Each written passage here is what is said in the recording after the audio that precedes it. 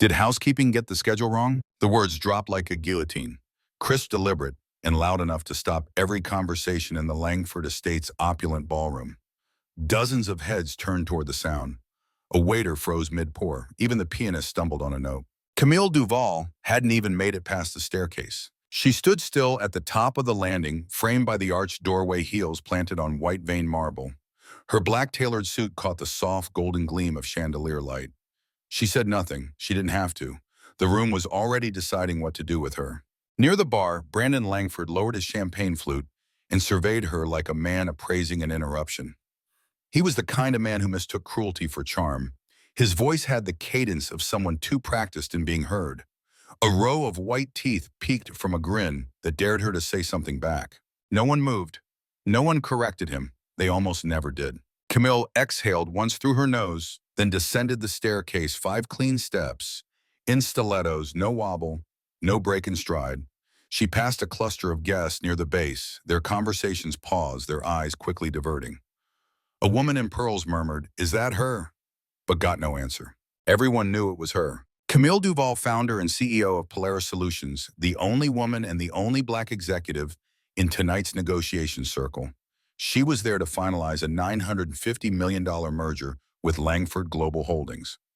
Months of legal teams, financial modeling, and closed-door strategy sessions had led to this invitation. Tonight was supposed to be ceremonial.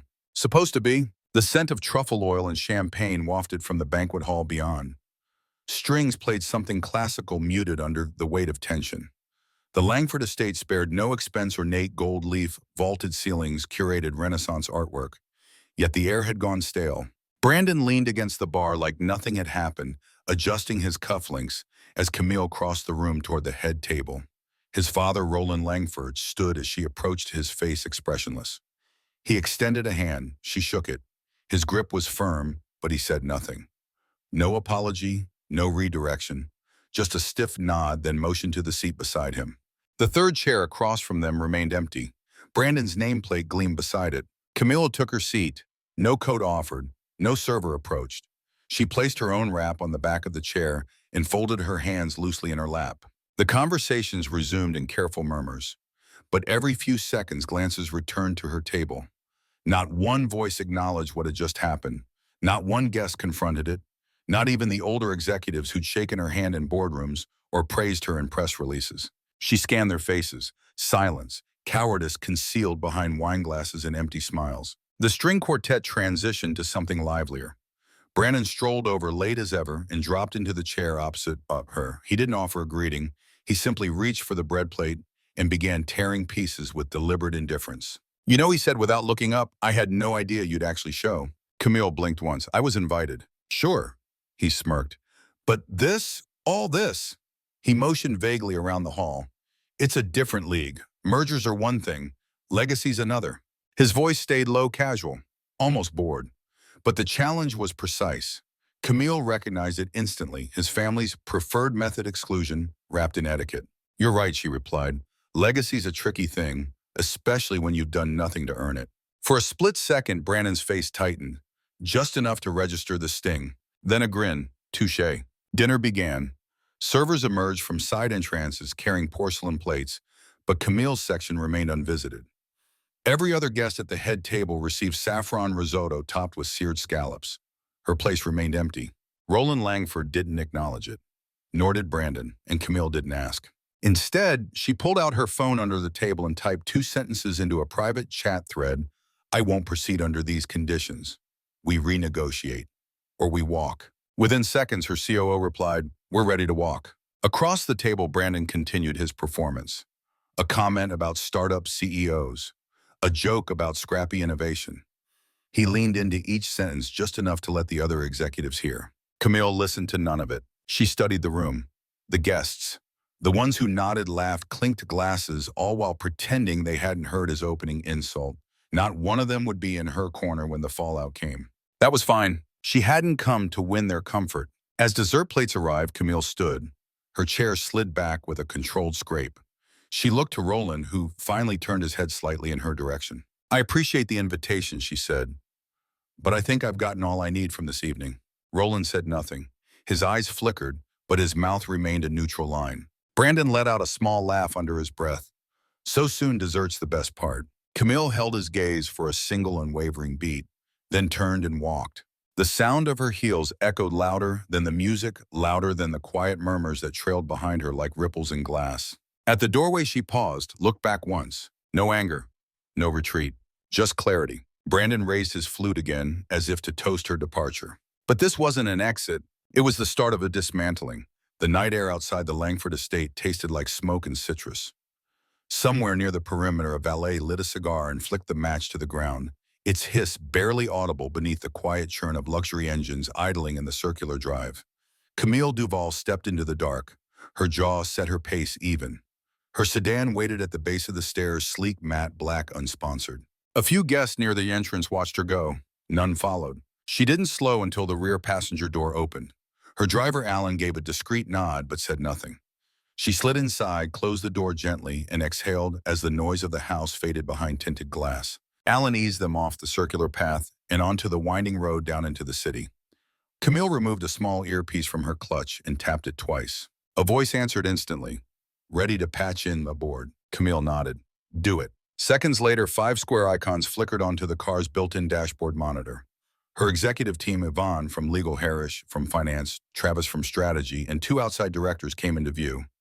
None smiled. We just got the message, Travis said first. You sure? Camille kept her tone steady.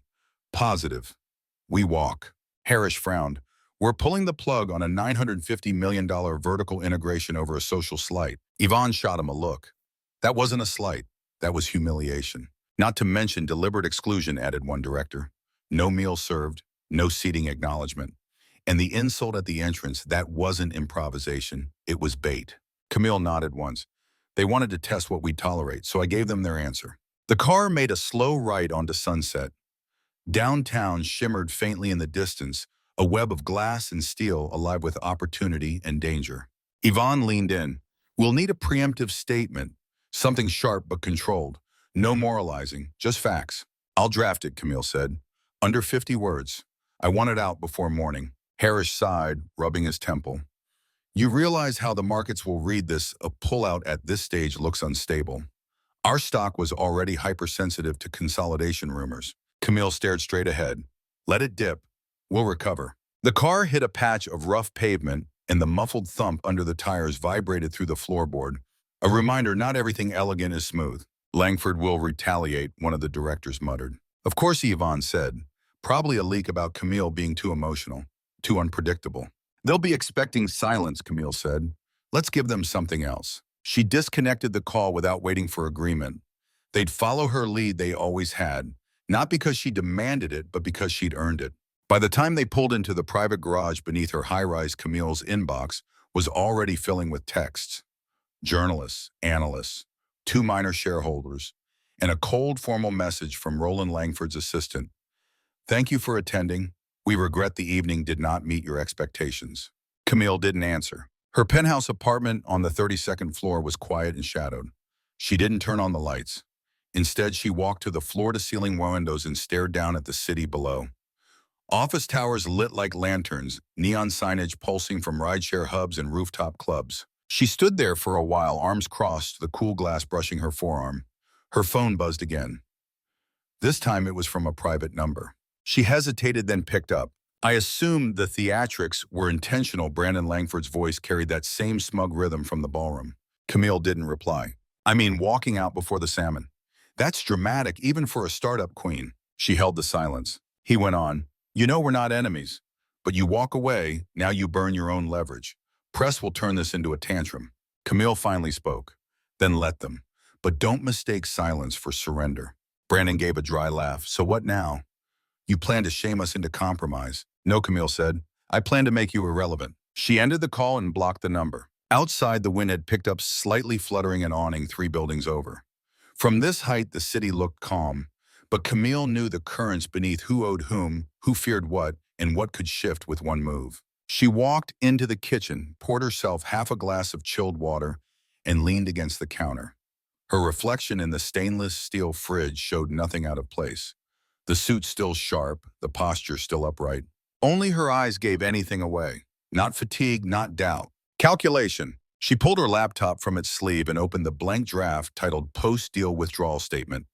The cursor blinked, waiting. She typed, Polaris Solutions has chosen to withdraw from pending negotiations with Langford Global Holdings.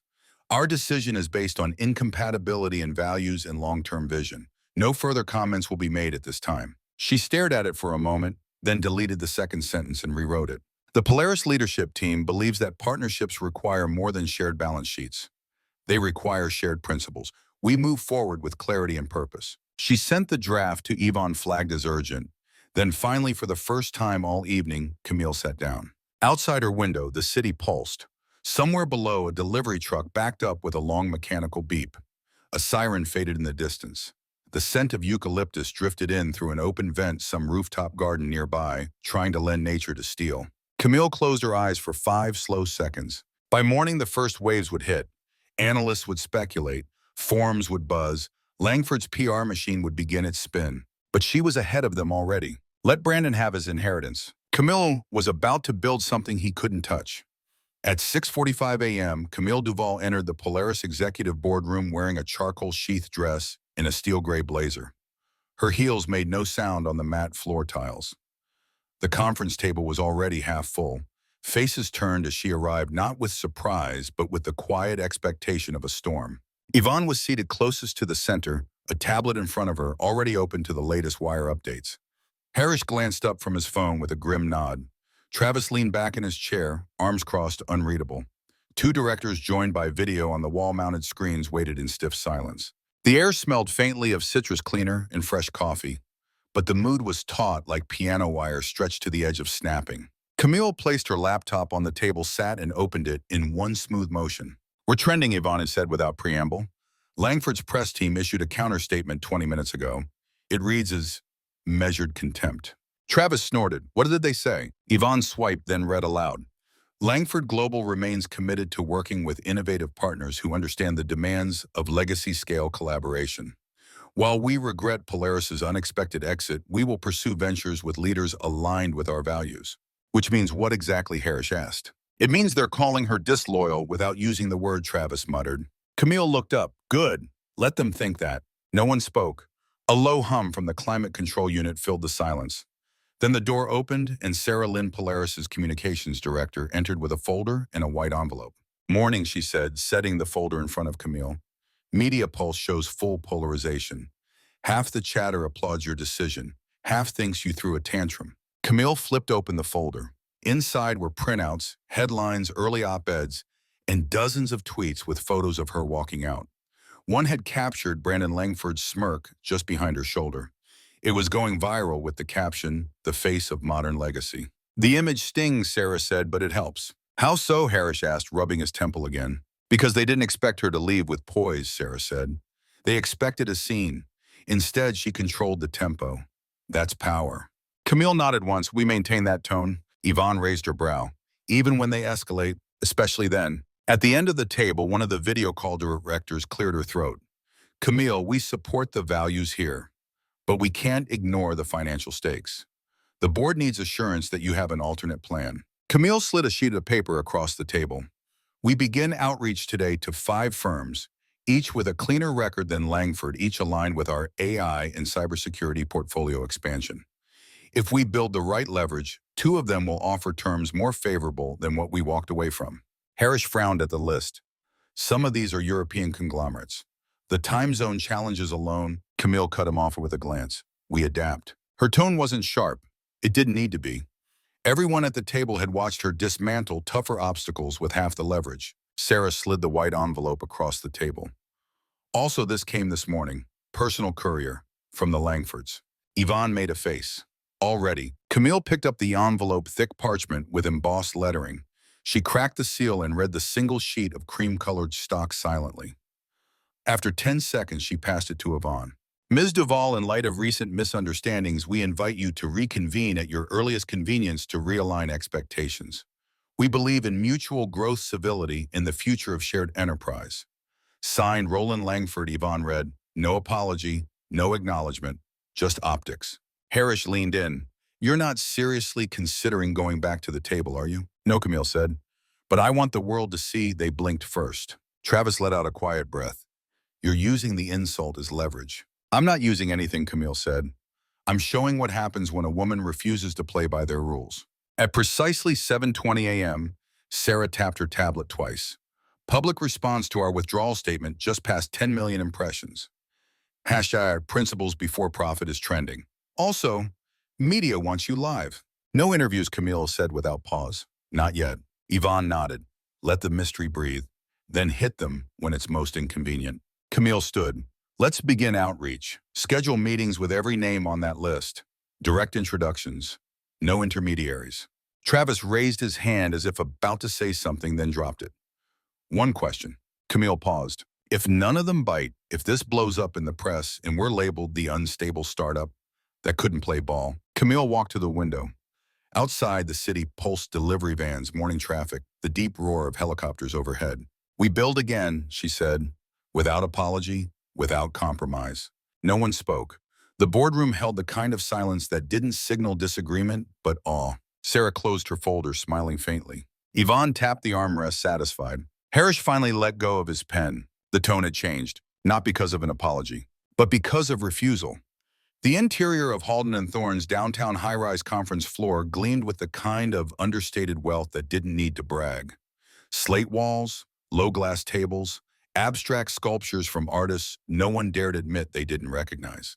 Camille Duval walked in with her shoulders squared, a digital tablet in one hand, no assistant trailing behind. She didn't need an entourage. She was the momentum. 2 hours had passed since her team initiated formal outreach. Of the 5 firms contacted, 3 responded immediately. One of them, Halden & Thorne, had requested an urgent face-to-face that same day. Now as the private elevator doors opened, Camille was met by a young woman in a navy shift dress with sharp bangs and the composure of someone used to billion-dollar visitors. Ms. Duval, she said, stepping forward with a respectful nod, please follow me. The partners are waiting. Camille didn't nod, didn't smile, just followed. They entered a conference room flanked by floor-to-ceiling windows. The scent of wood polish and bergamot oil hung faintly in the air. 3 executives stood as she entered. 2 men in gray tailored suits and a woman with salt-streaked curls and ink-black nails. No introductions, no small talk. Camille took her seat. The glass table was bare save for a single folder on each side. Ms. Duval, said the woman, finally speaking, we've read the statement. Direct, clean, no drama, you've got our attention. Camille unlocked her tablet, slid it forward. This is what we were building with Langford. But without their baggage, it becomes far more scalable. The man to her left, Lucian Halden, flipped through the summary. Cyber infrastructure with embedded AI ethics protocols, designed to self-limit and prevent mass data overreach, Camille added. Consumer trust is the edge. The future won't be about the flashiest product. It'll be about the one that makes people feel safest. The second man looked up. Langford doesn't do safe. They do control. And they've lost it, Camille said evenly. There was a beat of silence as the 3 executives exchanged quick glances. You're going to face headwinds, the woman said. Langford has long roots. Retaliation will be coordinated. I expect it, Camille said. But I won't trade exposure for silence. The woman's gaze sharpened. Why come to us first? Because you're smart enough to see where the market's shifting and disciplined enough not to flinch when it does. Lucian Halden leaned back, interlacing his fingers. We want a proposal on our desk in 48 hours. Terms, valuation, phased benchmarks. Camille stood. You'll have it in 24. The woman smirked. Good, because Langford's been calling us all morning. Camille didn't blink. Then this meeting was more valuable than I thought. She turned heels, echoing softly as she exited the room. Back in the hallway, she took a call. Sarah's voice piped into her ear. Camille Reuters is running a blind quote from a Langford spokesperson. Read it. They say you lacked strategic maturity and overreacted to standard corporate dynamics. It's already being picked up. Camille stepped into the elevator, her reflection briefly distorted in the mirrored paneling. Draft a response. 7 words. Sarah paused. 7. Camille repeated 7. Make it land. When the elevator doors opened into the garage, she was already typing her own draft. By the time she slid into the back seat of the car, Sarah had sent a version. We don't partner with the cowards in suits. Camille deleted it and typed her own. We redefine standard. They preserve dysfunction. Pass. She hit send. Minutes later, Polaris's official X account posted the quote, minimal untagged bold black on white. It exploded within 15 minutes. Preserved dysfunction trended globally. Even verified CEOs began subtweeting it. Someone added a gif of Brandon's smirk fading mid-toast. By noon, two more media requests had come in, PBS and CNBC. Camille declined both. Let the silence stretch. Let them squirm. She returned to Polaris HQ by 1:30 p.m. The lobby bustled with unusual energy. Staffers talking in hushed tones, junior analysts glued to screens, reporters lingering outside the building, despite security's warnings. Inside, Yvonne met her in the elevator. They've started leaking. Rumors now claim you demanded control of Langford's board seat. Camille didn't react. They're throwing whatever they can to discredit your professionalism. I expected them to play dirty, Camille said. I didn't expect them to play this slow. Yvonne cracked a smile. You really don't miss. They walked into the war room, an internal operations suite now buzzing with real-time feeds. On one monitor, Langford's stock price had dipped another 3.6%. On another, Polaris's own volatility was slowly stabilizing. The narrative was shifting. Camilla took her place at the head of the table. Travis spun one of the screens around. International response is trending hot. Multiple EU partners say your decision gave them leverage to revisit existing Langford contracts. That was fast, Camille said.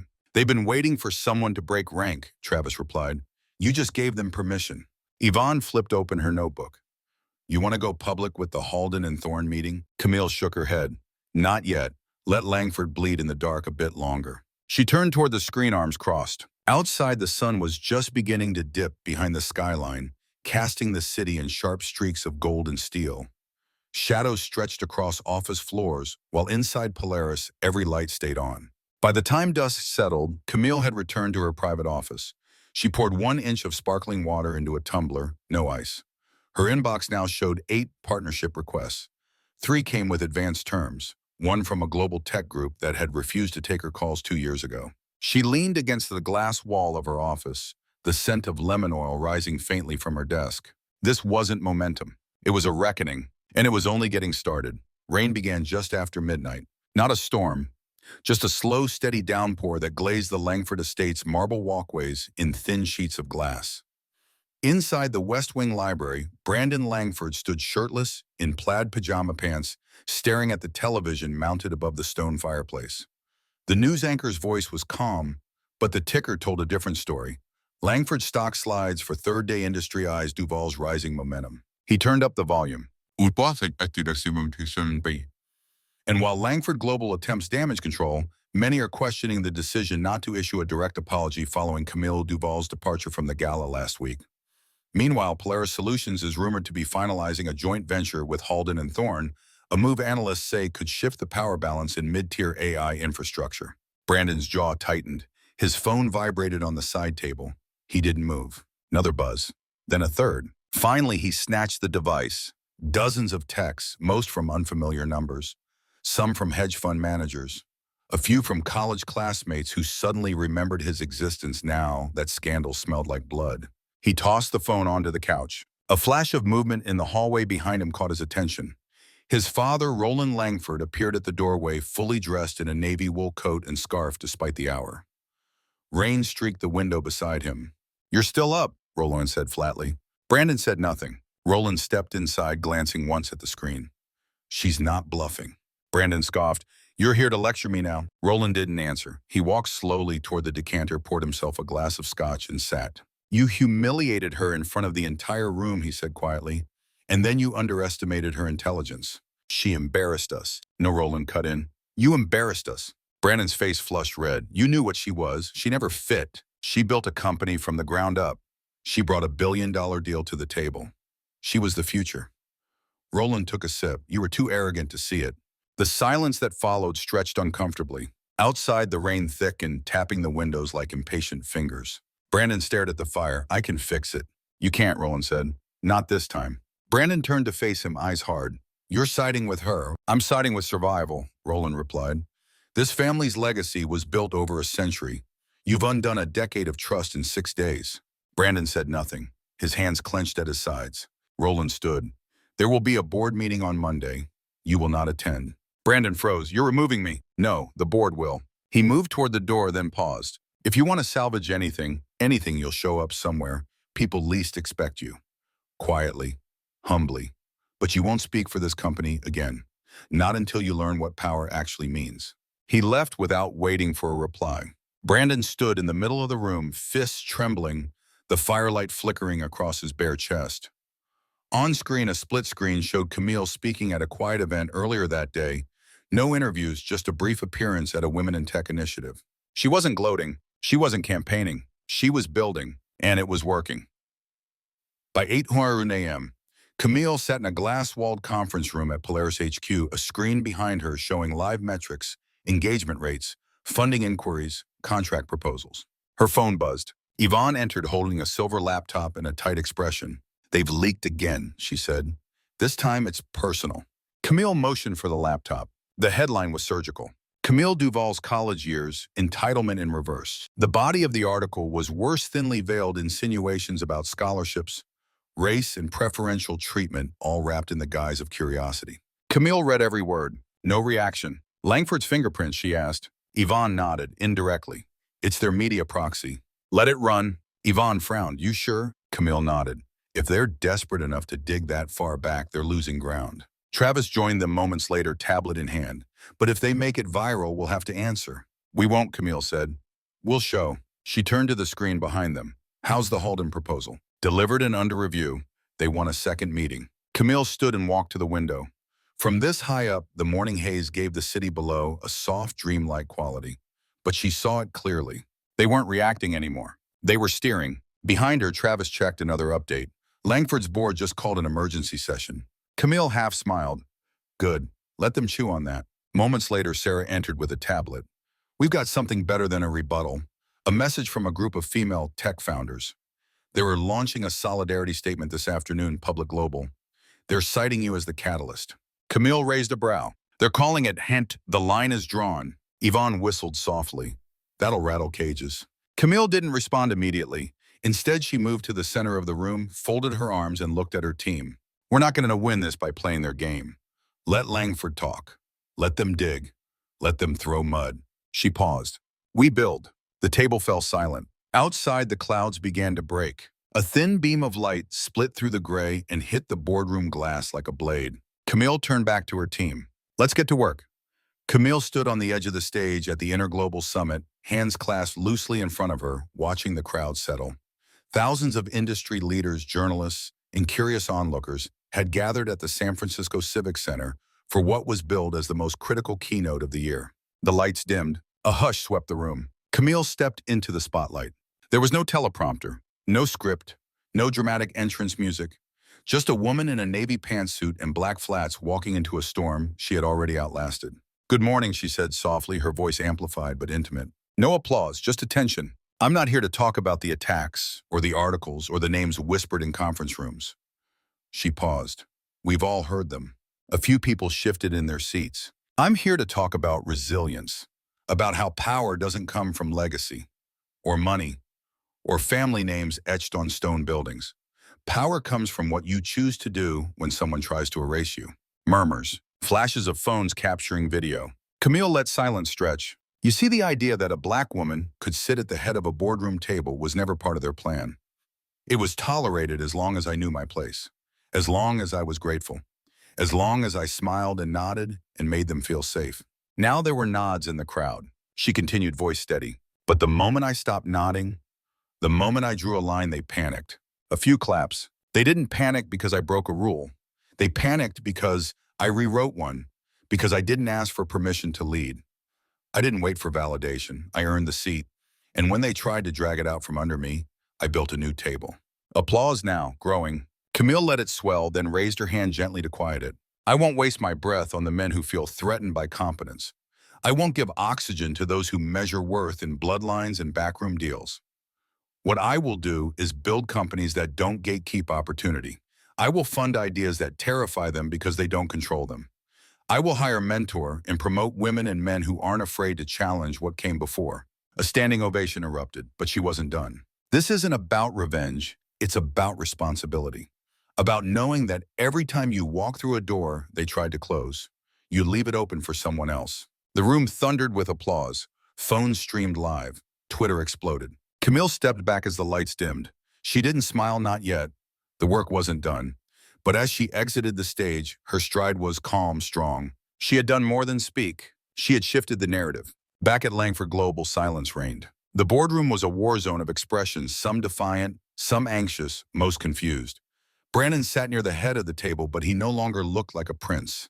He looked like a placeholder. Roland sat across from him, stoic. Vivian Cortland, chief counsel, read through the latest shareholder responses on a tablet. She just increased Polaris's market cap by $400 million in one speech, she said dryly. One board member muttered, "We should have never let her walk." Another whispered, "We didn't let her. We pushed her." Brandon slammed his palm on the table. "She made us look like fools." "She didn't have to," Roland said quietly. "You did that all by yourself." Gasps. Brandon turned livid. "Don't start this now." "It's already started," Roland replied. "I warned you.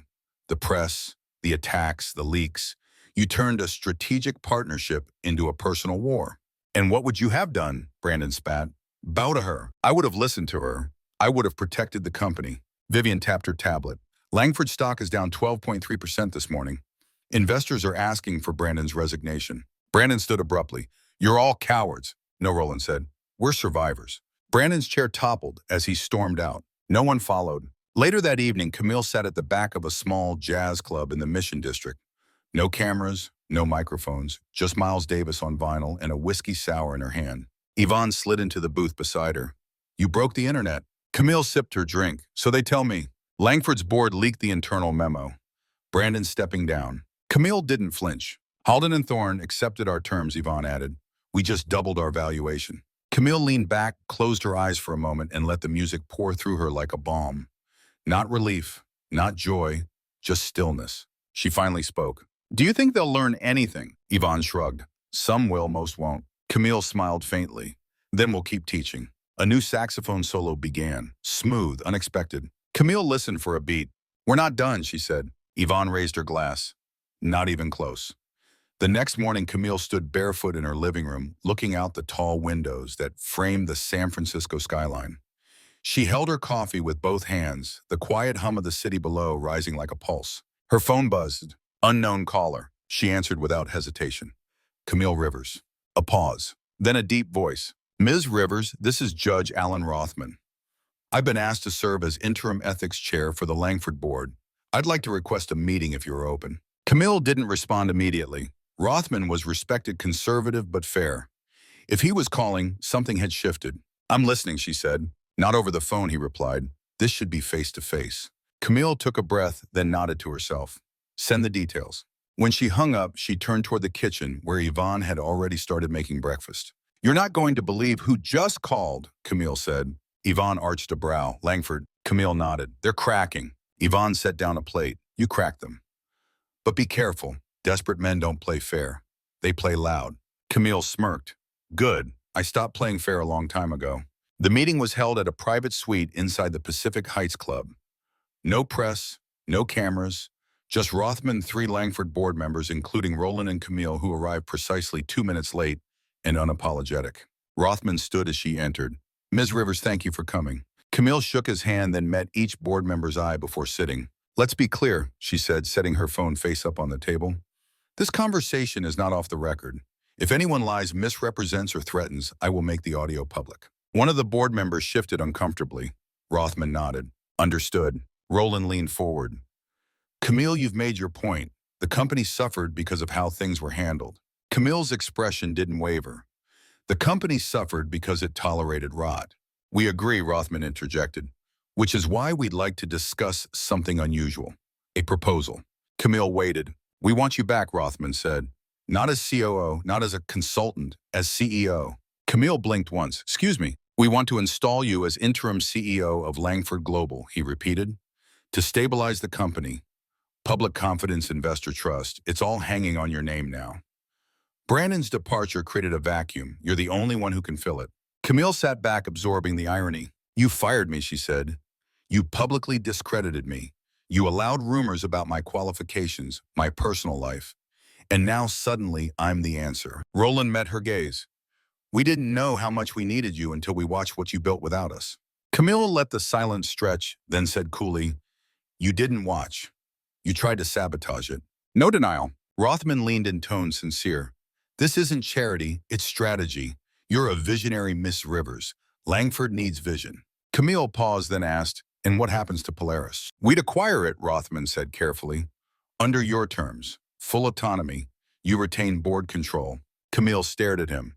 You're not offering a job, you're offering a merger. Rothman nodded. And you expect me to believe this isn't a trap? No traps, Roland said, just survival. Camille looked around the table. Then here's my counteroffer. I don't return to your Langford.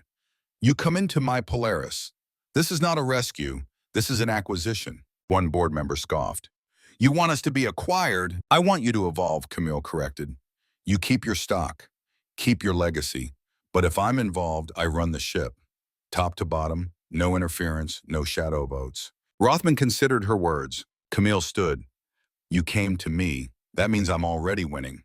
I don't need Langford. Langford needs me. She picked up her phone and turned to go. Rothman called after her.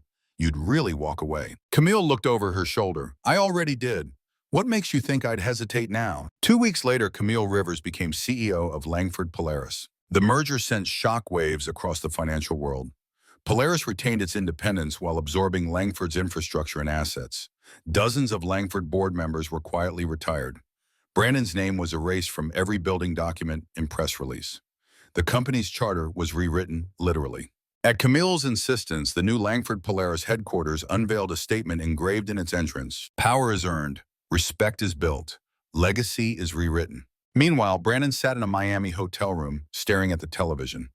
Camille's face filled the screen as reporters marveled over the unprecedented merger. He threw the remote. You lost, son, said a voice behind him. Brandon turned to see his father, Everett Langford, seated at the room's desk, sipping scotch. You watched her rise, laughed, tried to break her, Everett said. You played checkers. She played chess. Brandon scowled. You were supposed to back me. I backed the future, Everett replied coldly. And it wasn't you.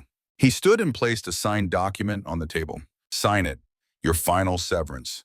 After this, you're out. No shares, no influence. You get your trust fund. That's it.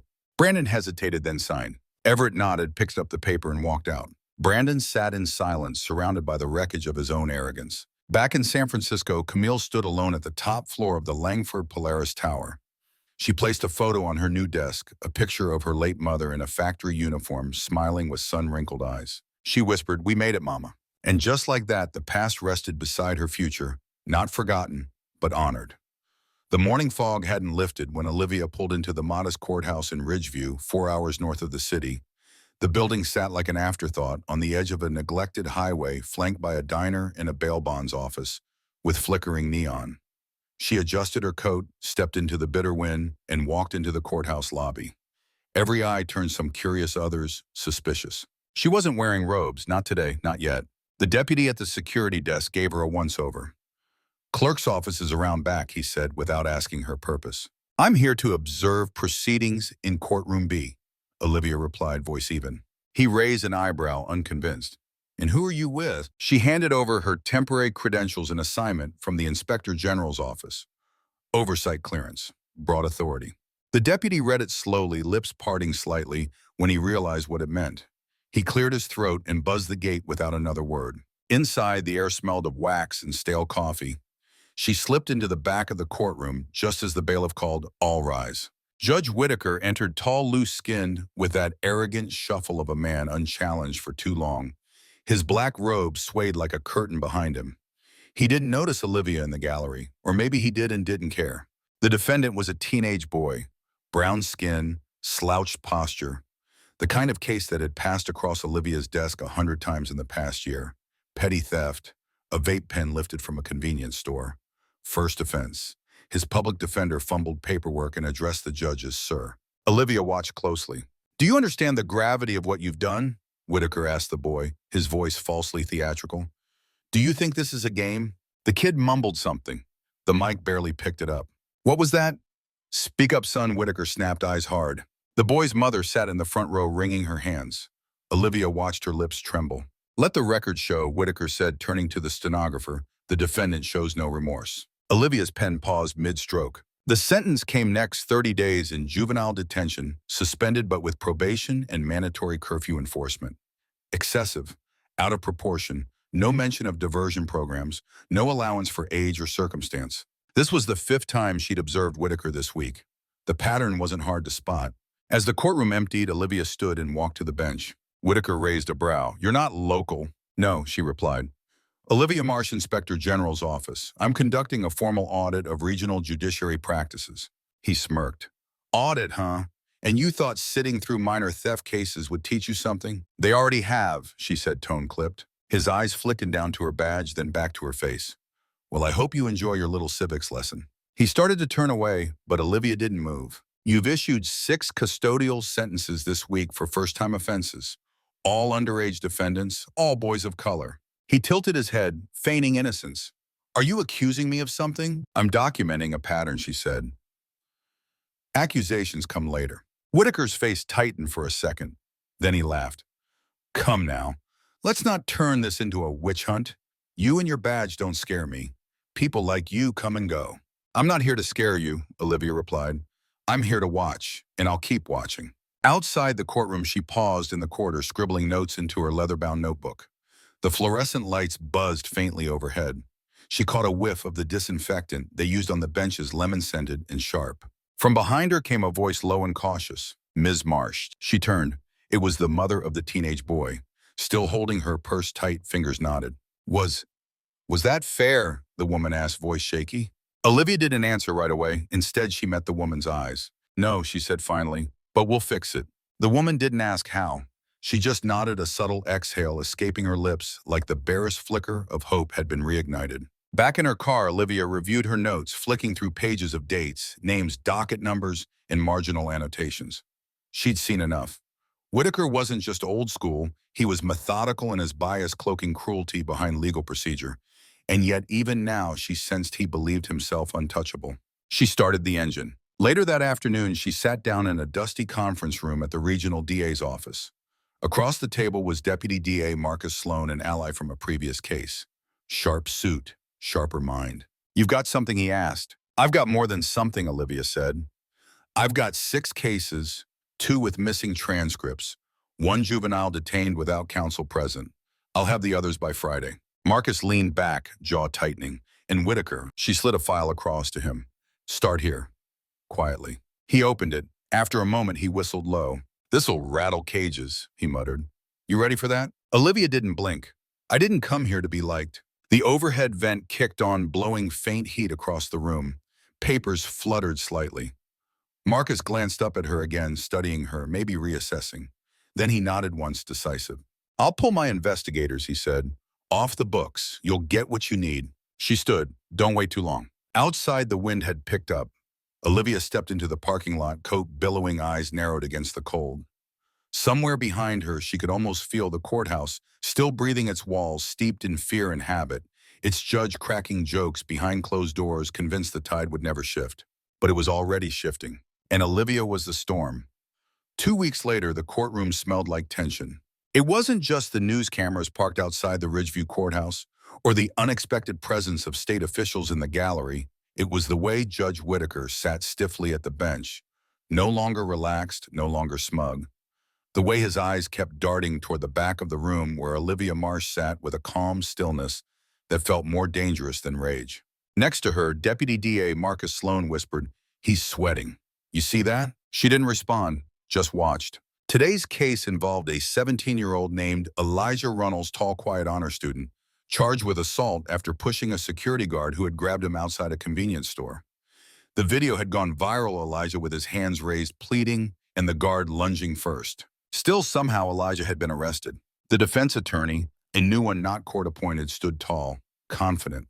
"Your Honor," he began before proceeding, "I'd like to motion for a dismissal on the grounds of insufficient evidence, as well as prosecutorial overreach." Whitaker frowned. "That's a bold move, counselor. Care to elaborate?" The attorney handed over a folder. "You'll find surveillance footage, 3 eyewitness statements, and a forensic review, all contradicting the officer's version of events." Whitaker flipped through the pages, his jaw set tight. From the gallery, Olivia watched him flinch. Marcus leaned closer. "He didn't know we'd bring it here. Thought he could scare the boy into a plea deal like usual." Whitaker's gavel hit the bench harder than necessary. "Motions taken under advisement," he growled. "Court is adjourned until—" A door opened at the back of the courtroom. Another suit entered. This one wasn't local. "Excuse me, Your Honor," the man said, stepping forward with authority. Special Agent David Carmichael, DOJ Civil Rights Division. Every head turned. Even Whitaker sat back. We're here to present formal notice, Carmichael said, unfolding a document of a federal investigation into judicial misconduct and discriminatory sentencing practices within this district. The gallery erupted in whispers. Olivia didn't move. Whitaker's face paled. This is highly irregular. No, Your Honor, Olivia finally spoke, rising. What's irregular is sentencing 6 black teenagers to custody for minor first-time offenses while granting leniency to their white peers for worse. She stepped into the aisle. What's irregular is sealing transcripts, denying counsel, and threatening public defenders for objecting. Whitaker stood now too. You have no jurisdiction to— Yes, Olivia interrupted, her voice rising. I do. She stepped closer. I have jurisdiction because every name in that folder, she pointed to the defense table, represents a life you tried to grind under your gavel. And I've got 15 more files just like it. Whitaker looked around as if searching for allies. But the bailiff wasn't meeting his eyes. The clerk kept typing, and the stenographer's hands trembled trying to keep up.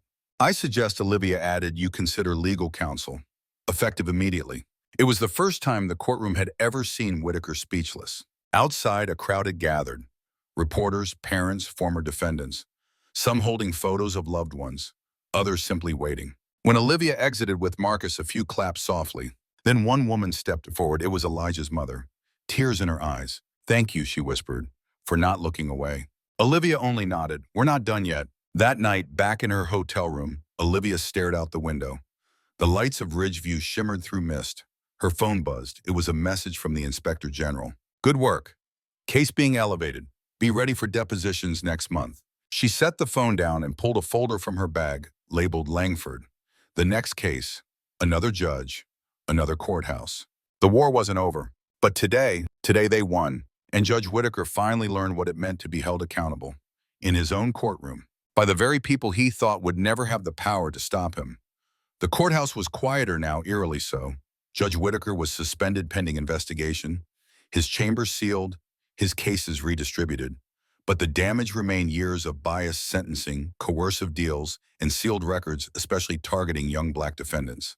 Olivia Marsh didn't rest on the victory. She knew this was only one head of the Hydra. She sat across from a young man named Darren Foster in a small legal clinic they'd set up temporarily on Ridgeview's east side. He'd served 8 months for a vandalism charge, except the so-called vandalism was chalk drawings on the sidewalk during a protest. You think I could get that expunged? He asked, hesitant. I don't think, Olivia said firmly. I know. She handed him a list. We'll need your arrest report, court transcripts, and any correspondence from the probation officer. Once we get those, I'll file the motion. He looked at her as if unsure whether to believe it. Nobody's ever said that before. Not like that. Well, she replied, then it's about time someone did. As he left, her partner, Marcus Sloan, entered, dropping a folder thick with notes. You're not going to like this, he said. She opened the file. Dozens of names, all from 1 week, all minors, all sentenced by Whitaker, all black. He ran a pipeline, Marcus said quietly. The same private juvenile facility got every kid. I pulled the contracts. They're getting paid per inmate per day. Olivia's jaw clenched. And let me guess, facilities run by his former law school buddy, his ex-law partner Marcus corrected. Company names Crescent Ridge Youth Services. They made over $2.8 million off Ridgeview cases last year. Her stomach turned. This wasn't just bias, she muttered. It was business. They worked into the night. By 3 a.m., Olivia had drafted the core of a federal RICO complaint, racketeering, bribery, conspiracy, civil rights violations. She emailed it encrypted to their DOJ liaison. Then she stood and stretched. You need sleep, Marcus said. I need this out of my bloodstream, she replied. The next morning, they held a community forum at the local rec center. Word had spread. Dozens showed up, former defendants, parents, teachers, even a few retired court clerks. A teacher named Miss Alana Dean stood up. I used to send letters to the court begging for leniency, she said, voice breaking. I wrote character references. I vouched for these kids. He never even read them. A parent followed.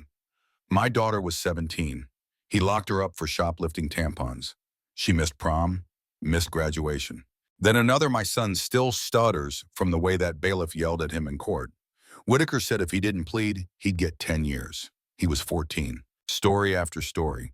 Olivia wrote it all down. After the meeting, she sat outside on the rec center steps, soaking in the silence. Marcus joined her, sipping from a vending machine coffee. This isn't just about him, Olivia said. I know. We have to go after the school officers. The probation officers, the facility itself, this entire loop. Marcus nodded. You ready for that kind of fight? She didn't answer, just looked out at the horizon. Then finally I was born for it. That evening, the news broke the DOJ was formally indicting Judge Leonard Whitaker on 8 felony counts. The story exploded. Cable networks picked it up.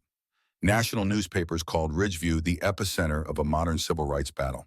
But for Olivia, the real news came in a call from her mentor, Deputy AG Helen Coates. Impressive work, Helen said. Thank you, Olivia replied. Now I want you to lead a task force. Olivia paused. Lead. Nationwide, Helen said. We're building a judicial integrity unit. Your case cracked the door. Now we need someone to kick the rest open. Olivia leaned back in her chair. The weight of the offer settled on her shoulders, but so did something else. Purpose. I'll do it, she said, but on one condition. What's that? I pick my team. Of course. She hung up and a rare smile touched her lips. They had taken down a judge. Next, they'd take down a system. And this time it wouldn't just be justice. It would be reckoning. 3 weeks after the formal indictment of Judge Leonard Whitaker, the courtroom where he once presided was gutted of ego. The mahogany bench that once towered over frightened defendants was now empty. The gavel symbolic of blind justice lay untouched beneath a dusty glass display. But Olivia Marsh wasn't looking back.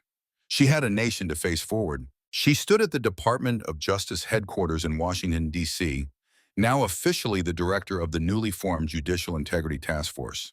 Her team had spent the last few days assembling lists of counties with anomalous conviction patterns, particularly where youth of color were overrepresented.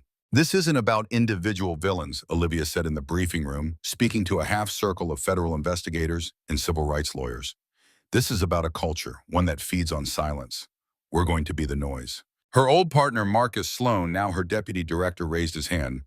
We've pulled 27 jurisdictions for priority review. Highest red flags came out of Taylor County, Mississippi. There's a Judge Rachel Norwood sentencing black teens to adult prison at 4 times the national average. Olivia didn't flinch. That's our first field visit. They landed in Mississippi within 2 days. The courthouse was a pale, cracking building set behind a rusting flagpole and a Civil War monument that had seen too many cleanings and too little justice. Inside the courtroom, they sat quietly in the gallery as Judge Norwood sentenced a 16-year-old boy named Isaiah Bell to 8 years in adult prison for breaking into a convenience store and stealing Gatorade and aspirin. First offense, no lawyer present. His court-appointed attorney had waived trial for a plea bargain Isaiah never fully understood. Olivia closed her eyes. This wasn't just deja vu. This was policy as poison. Outside, they stopped Isaiah's mother in the parking lot. Her name was Miriam. She was trembling, clutching the thin folder of court documents that felt more like a death sentence than paperwork. I didn't know, she whispered. I thought we had no choice. You didn't, Olivia said, placing a hand on her shoulder. But we're going to make things right. Back in their field office, Olivia signed the emergency injunction papers. Within 48 hours, the DOJ filed a formal federal review of Judge Norwood's sentencing practices. Word got around fast. The local newspaper ran a headline, Federal Storm Hits Taylor County Courthouse. But Olivia wasn't chasing press. She was chasing patterns. One night, as they combed through more data in the hotel's converted workspace, Marcus looked up from his laptop. Have you noticed how many of these judges, Whitaker, Norwood, Feldstein, and Kansas, have investments in private detention facilities or contracts through shell companies? Kickbacks, Olivia said. We're not just talking abuse of power. This is organized crime under the robes. It clicked then. This wasn't just a movement for justice, it was a criminal enterprise masquerading as a legal system. They built the National Registry of Judicial Misconduct, a searchable, transparent database for public access. Whistleblowers could submit evidence anonymously. Community advocates could track court rulings. And for the first time in U.S. history, a coordinated federal team was auditing judges for systemic bias and financial corruption. The backlash came swiftly. Olivia received threats. Her email was flooded with hate. A shadowy group calling itself Constitution First began posting her home address on alt-right forums. But she refused protection detail. I've lived under pressure my whole life, she told Marcus. I'm not about to flinch now. But not everyone was immune. One night as Olivia left a local hearing, her car tires were slashed and a note was left on the windshield. Go back to Ridgeview. This ain't your courthouse. That night, she sat in her hotel room staring at the ceiling. She thought about her mother, how she used to say, if the storm comes for you, plant deeper roots. So Olivia dug in. In early October, her task force was summoned to Capitol Hill. She testified before a Senate Judiciary Subcommittee facing down skeptical senators, some of whom had benefited from campaign donations linked to judicial PACs now under investigation. You're suggesting Senator Claiborne from Georgia said adjusting his gold-rimmed glasses that a large portion of our judicial system is compromised by racial and financial bias. I'm not suggesting, Olivia replied coolly. I'm stating it. The room tensed, cameras flashed, and the world heard her loud and clear. Outside the hearing, reporters mobbed her for statements. She gave one line, "We're not just cleaning the bench, we're rebuilding it." In the following weeks, more judges were suspended. Some resigned before their subpoenas arrived. Others doubled down, lawyering up and calling the task force anti-constitutional radicals. But the evidence was too strong and the people too loud. High school students in Detroit staged mock trials in solidarity. College campuses in Atlanta, Oakland, and Baltimore held sit-ins demanding broader legal reform. Hashtags trended daily. Should bench the bias. #Olivia Marsh effect. #justice starts now. And one day a letter arrived at her desk, handwritten in blue ink. Ms. Marsh, my name is Isaiah Bell. I'm the kid you saw in Taylor County. They dropped my sentence. I'm home now. I'm going back to school. I want to be like you. Maybe better. Thank you for seeing me when I felt invisible. She folded the letter and placed it in her coat pocket. That night, Olivia walked alone along the National Mall. The city glowed under the lamplight, monuments casting long shadows over the reflecting pool. Justice wasn't a statue. It was movement, and she was just getting started. A month after Olivia Marsh testified on Capitol Hill, the landscape of American justice began to shift quietly in some places and thunderously in others. In cities like Milwaukee and New Orleans, local judges voluntarily submitted to bias audits. Courtrooms added transparency cameras, citizen observers, and AI pattern analysis on sentencing data. Some called it the Marsh Doctrine, others called it overreach, but no one ignored it. Meanwhile, in Ridgeview, Olivia's hometown, the school board quietly reversed decades-old zoning laws that had historically funneled black students into underfunded districts. Olivia didn't ask for it. Change was happening in her name, but she knew real power wasn't in recognition. It was in replication. Back in D.C., Olivia stood before a boardroom of the Judicial Integrity Task Force. The walls were lined with maps, flow charts, and pinned photographs. Faces of judges, courthouse clerks, private prison owners, and anonymous tips turned into timelines of corruption. Her voice was clear. The next operation starts in Leland County, Ohio. Marcus looked up. Judge Karen Voss sentenced over 73% of black minors to maximum security youth facilities, most for nonviolent offenses, Olivia replied, and her brother owns the facility. It was almost surgical now. The team had perfected their rhythm data acquisition, field observation, federal injunctions. But Leland County would be different. Olivia insisted on going in person. When she entered the Leland courthouse, the tension was palpable. Locals whispered, court staff stiffened. Olivia watched Judge Voss from the gallery, stone-faced, robotic in her rhythm, dismissing concerns, denying youth defense motions without hesitation. And then it happened again. A black teen named Corey Wynn, age 15, was brought forward in shackles, charged with resisting arrest after being stopped for riding a bike on the sidewalk. His mother wept quietly in the back. Voss didn't blink. 6 months juvenile detention, no bail, next case. Before Corey could be escorted out, Olivia stood. I request a federal stay on that sentencing under Article 12, Section 3 of the Task Force Authority Act. Gasps filled the courtroom. The bailiff looked paralyzed. Judge Voss looked down from her bench, sneering. Ms. Marsh, you do not have standing here. Actually, I do, Olivia replied, holding up a signed authorization from the DOJ. Effective this morning, this courtroom falls under federal supervisory jurisdiction. You've been flagged for active investigation. Voss's gavel slammed down, but it was too late. The task force agents entered through both doors. Corey's shackles were removed. His mother sobbed as she held him. Outside the courthouse, angry protesters had gathered. Some waved Confederate flags. Others screamed carpetbagger. Olivia walked past them calmly, Corey's mother gripping her arm. You saved him, she whispered. No, Olivia said. You did. You kept showing up. Later that week, Judge Voss was suspended. Her financial ties to Leland Secure Youth Holdings were revealed in a 34-page report that made national headlines. Still, the attacks on Olivia grew bolder. Late one night, her apartment's front door was vandalized, spray-painted with the words, "Traitor to her race." But it was the letter that came a week later that shook her the most. It was postmarked from federal prison. Olivia, I've had time to reflect. I'm not asking for sympathy, but I do owe you clarity. The system didn't break overnight. It was built this way. We just stopped questioning it. You didn't. And that makes you dangerous and necessary. I hope you never stop. Leonard Whitaker. She folded the letter slowly and stared out the window. The former judge who once tried to crush her now saw what the nation was beginning to realize: Olivia Marsh was not a fluke. She was a mirror.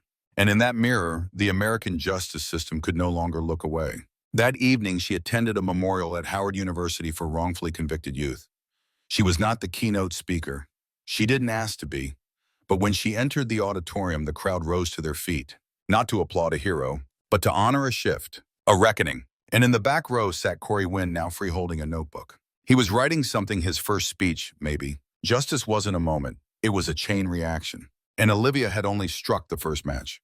6 months after the Leland County takedown, Olivia Marsh sat alone in a glass-walled conference room atop the newly opened Justice Integrity Observatory, an independent federal watchdog agency she helped architect. A silent war was still raging. Some courts reformed quietly. Others resisted loudly. A handful of judges resigned in disgrace while others clung to their benches like lifeboats in a storm. Olivia knew what they feared. Not prison, not headlines. Exposure. Because exposure meant accountability. And accountability required a story, one that couldn't be ignored, distorted, or discredited.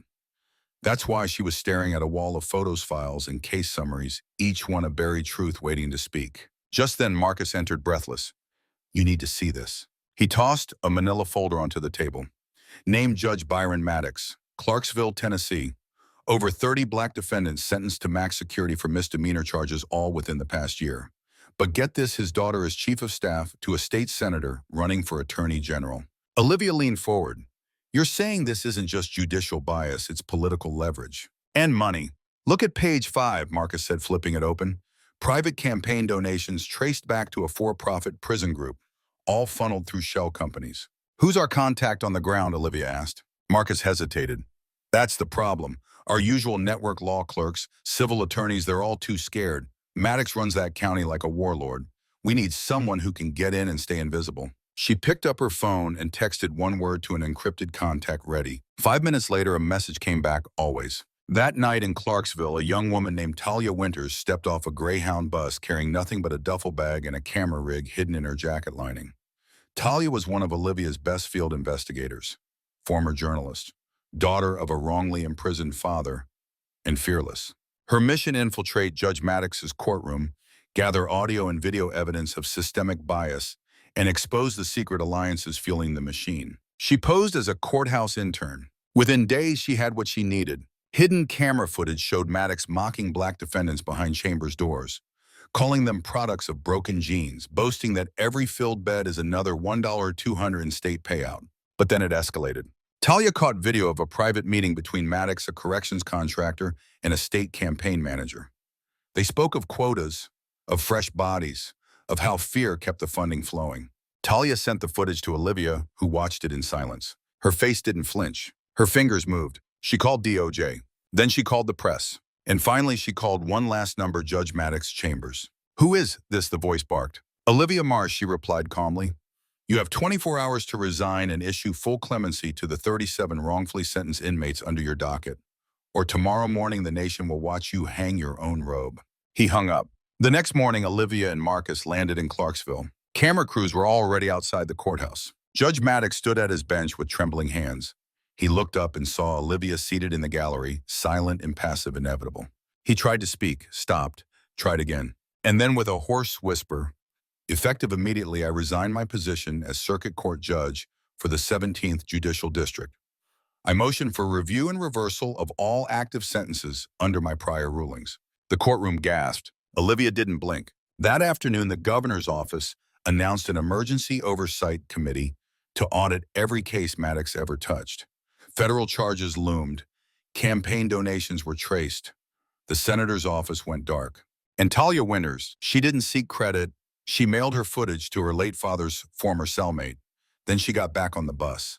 By nightfall, Twitter trended a single name, Olivia Marsh. She didn't post. Instead, she visited a quiet cemetery in the outskirts of Baltimore. She knelt beside her mother's grave, Dr. Lillian Marsh, civil rights historian, teacher, freedom marcher.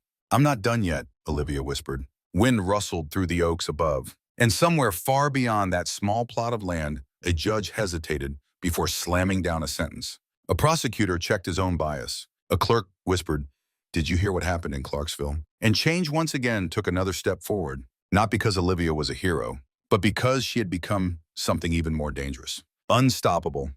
Olivia Marsh stood before the mirror in her modest Washington, D.C. apartment, straightening the lapels of her dark navy blazer.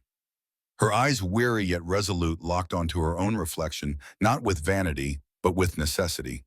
Today was not just another hearing or another takedown. Today was the beginning of something she had feared for years but could no longer avoid.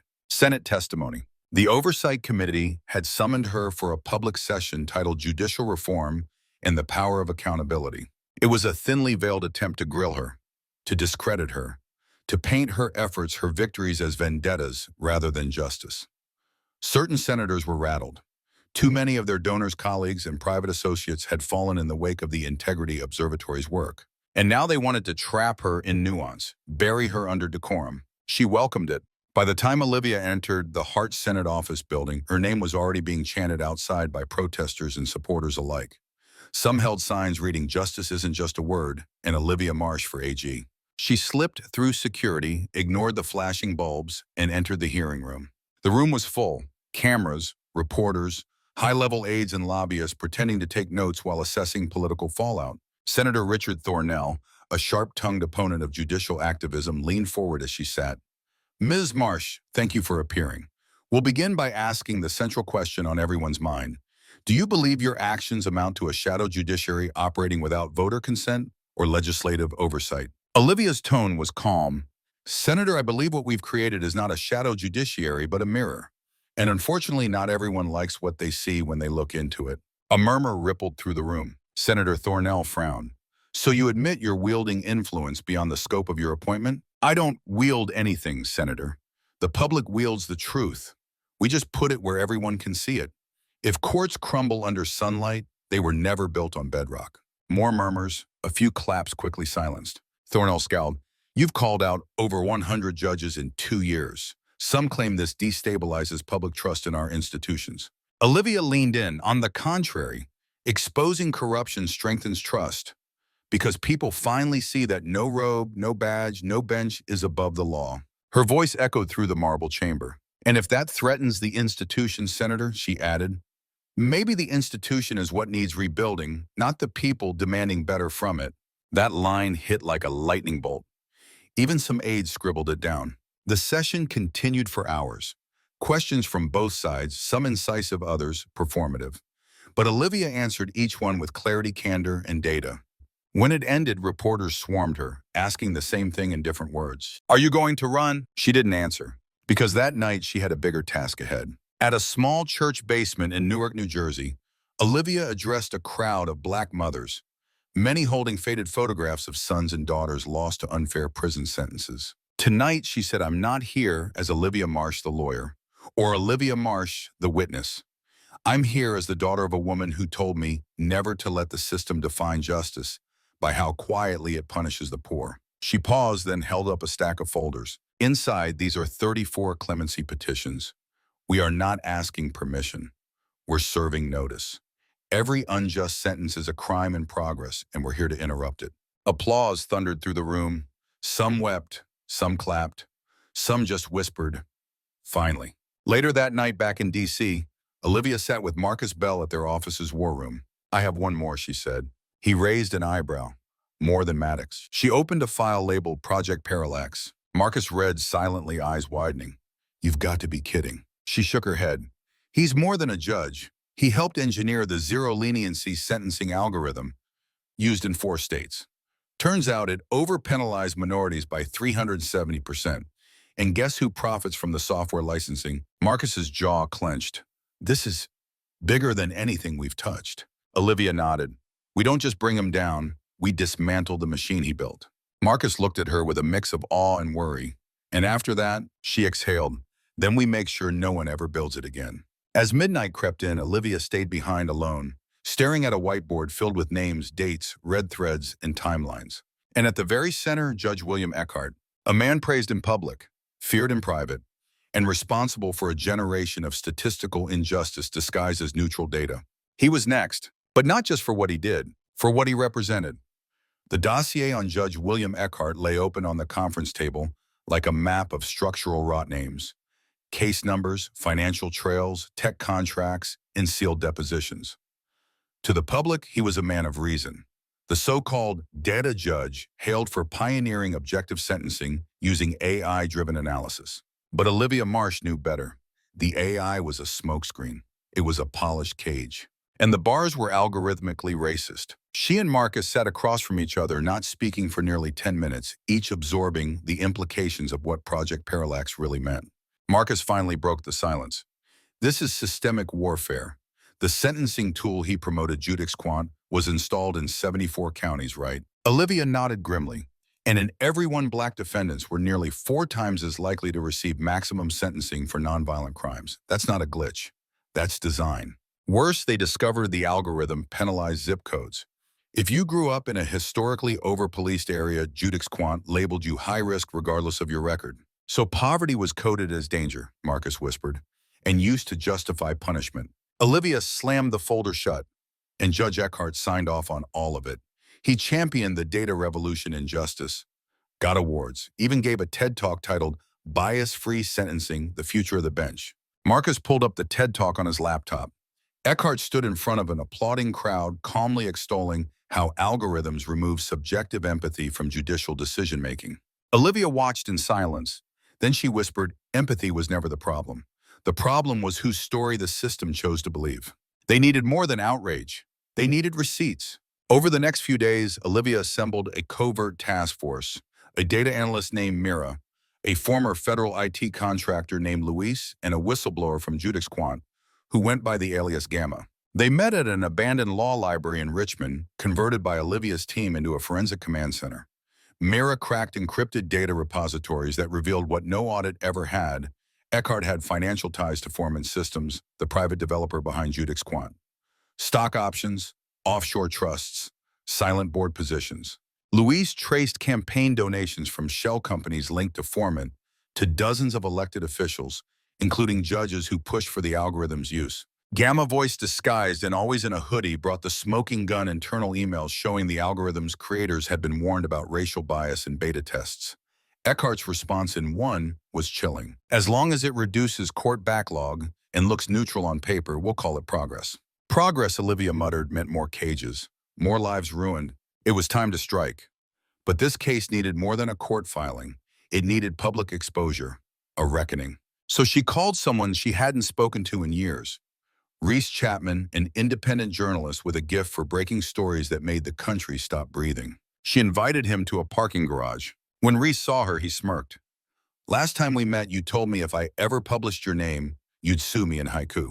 I'm still considering it, she said, handing him the USB drive. His expression changed as he read the folder labels: bias loops, suppressed memo, Eckhart, offshore algorithmic sentencing heat map. He whistled. You want me to drop all this at once? Full story, no edits, publish under Creative Commons so no one can silence it, and no burying the lead, Reese. People need to know this was deliberate. He glanced at her. You know this ends his career. Olivia's stare hardened. This ends his illusion. His career ended the moment he programmed punishment into software and called it justice. 2 days later, the expose exploded across every media platform. The code of injustice, how one judge's algorithm devastated a generation. The country erupted. Overnight, the phrase Judix Quant became synonymous with digital Jim Crow. Protesters flooded county courthouses. Families held up photos of children sentenced by machines. Eckhart, once a darling of legal tech panels, vanished from public view. Then Olivia filed the official misconduct complaint. Her team followed it with 47 motions to reopen sentences from the algorithm's jurisdictions, citing constitutional violations, false data metrics, and judicial conflict of interest. Some judges resisted. Others recused themselves. But the pressure was undeniable. Soon, Attorney General Danielle Brooks called a national review of algorithmic sentencing. Olivia stood before the press on the courthouse steps. This isn't about machines, she said. It's about the people who feed machines injustice and expect the public to call it science.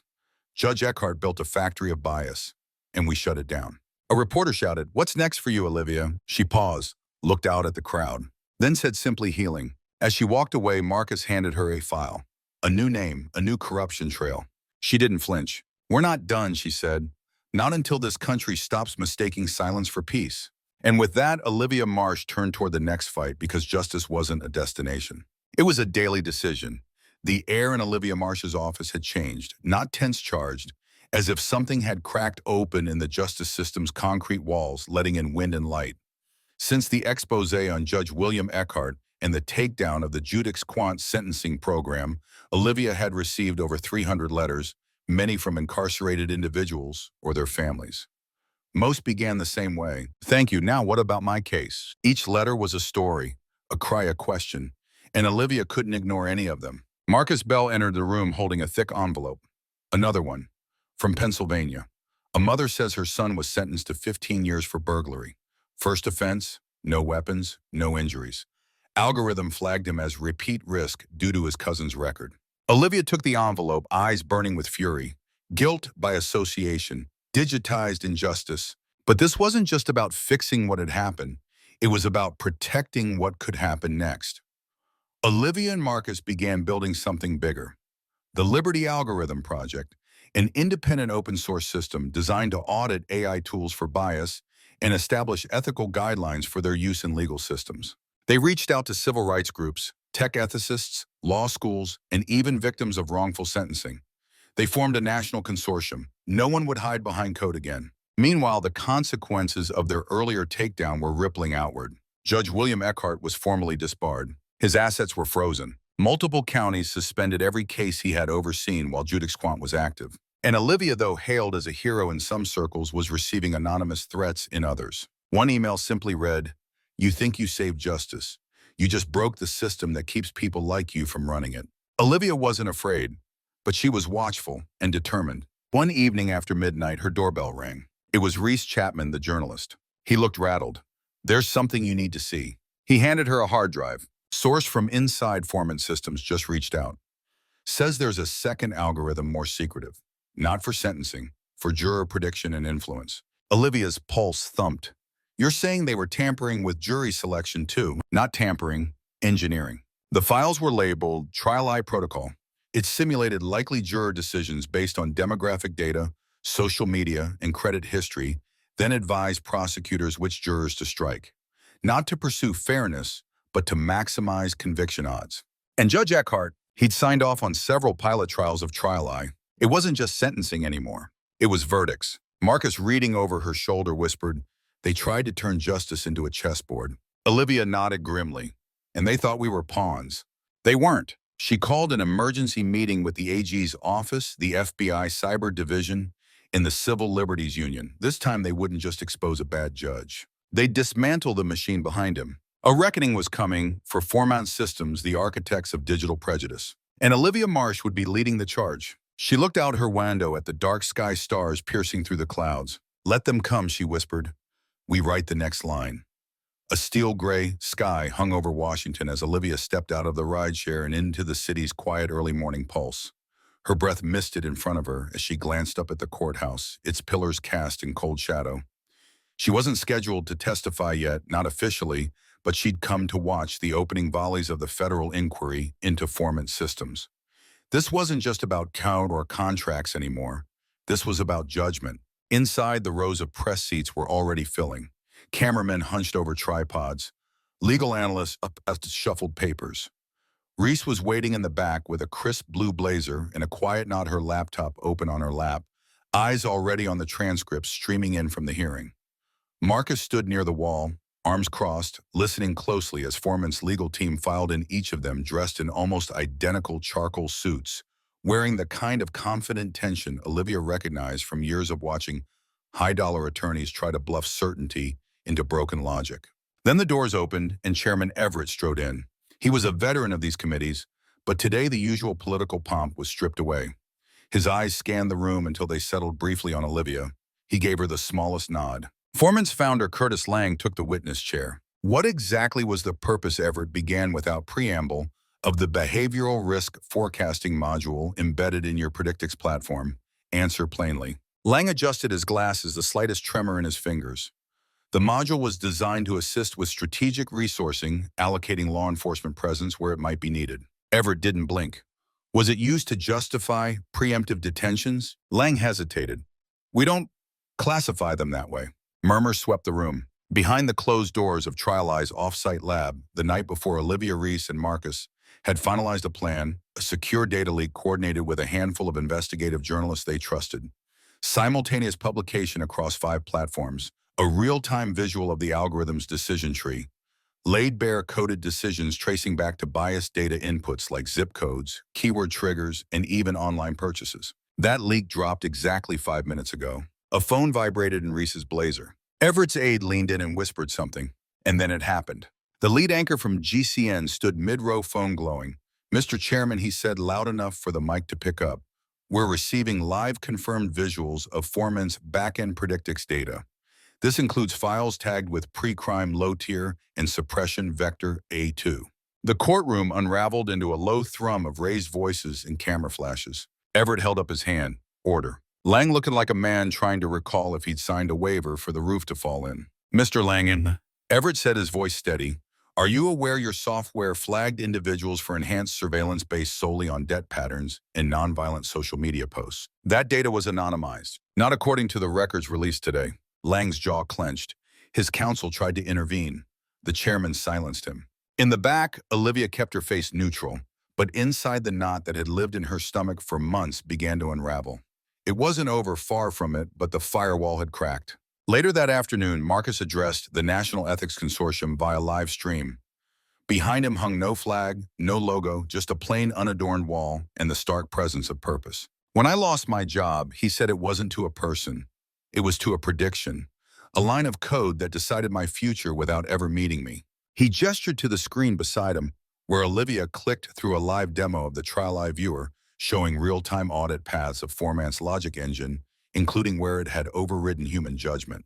"We cannot debate bias in the abstract," Marcus said. "We must look it in the eye." He stepped aside as the demo played a specific case, a young woman flagged for surveillance because her cousin had once been arrested at a protest.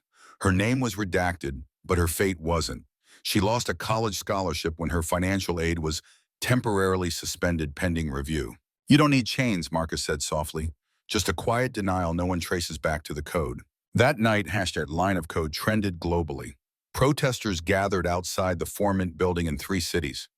Whistleblowers from inside rival firms began to reach out. The tide didn't just shift, it cracked. But Olivia knew the algorithm wasn't the only thing still running. Legacy contracts, overseas licensing, backdoor influence in defense systems. The Liberty Algorithm project would take years to rebuild trust. Still, it had started. She stood at the reflecting pool the next morning, phone buzzing with the requests she ignored. Reese would handle the media queries. Marcus was fielding legal advisors for a civil accountability fund. For now, Olivia just watched the light shift across the water. Her father once told her that silence was never just absence, it was space.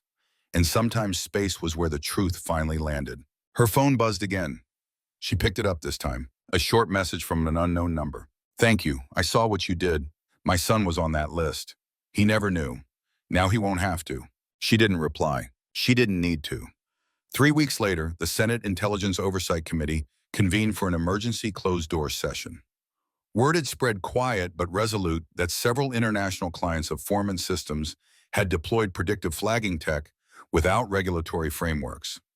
Even more disturbing, some governments had altered the original code to allow for real-time detainment triggers based on protest activity. Olivia stood just outside the briefing room, armed with encrypted drives, a stack of printed audit logs, and a security clearance she never thought she'd use again. Reese met her in the hallway. "You sure about this?" Olivia nodded. "It's not just about fixing what happened here. This thing metastasized." Reese sighed.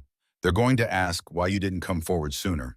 "I'll tell them," Olivia said, "because the system was designed to make us feel replaceable if we did." Inside, the room was cold. Chairwoman Lords Bentley, grizzled, sharp-eyed, and weary, motioned for Olivia to begin. "Ms. Reed, we've reviewed your initial disclosures, but you've indicated there's more." Olivia placed a single photograph on the table.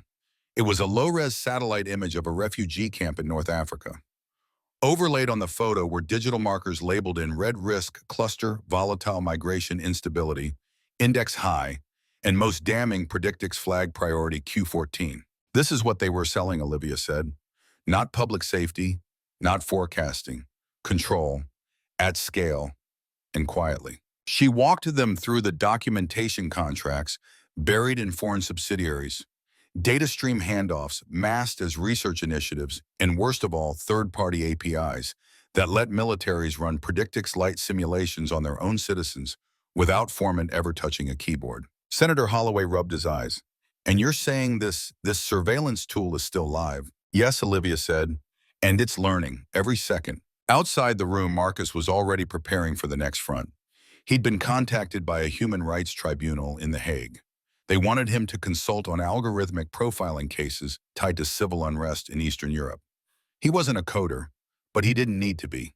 He knew the outcomes better than anyone. I used to think code was neutral, he told them during a Zoom deposition. Now I know better. It's trained by history, and history isn't neutral. The hearings sparked global consequences. By week's end, Foreman's share price had collapsed.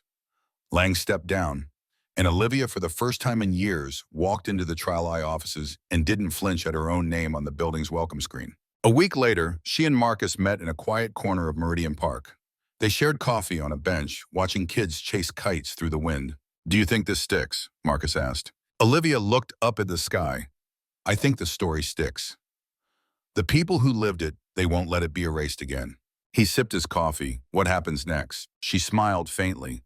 Accountability, hopefully. Maybe even a little justice. And then, we build something better. Behind them, Reese walked up with a folder. Thought you two might want to see this, she said, handing Olivia the latest draft Liberty Protocol, V1.0. A living framework. Open source. Transparent. Reviewed by an independent ethics board. A new blueprint for algorithmic governance. Marcus flipped through the pages. You wrote this? Olivia shook her head. We did, all of us, the ones they underestimated. He closed the folder and looked out at the children playing in the field. Good, let's make sure they never forget again. The press conference was held in the open-air plaza just outside the Capitol building, under a canopy of pale afternoon light. Dozens of journalists, civil rights observers, policy analysts, and young activists had gathered.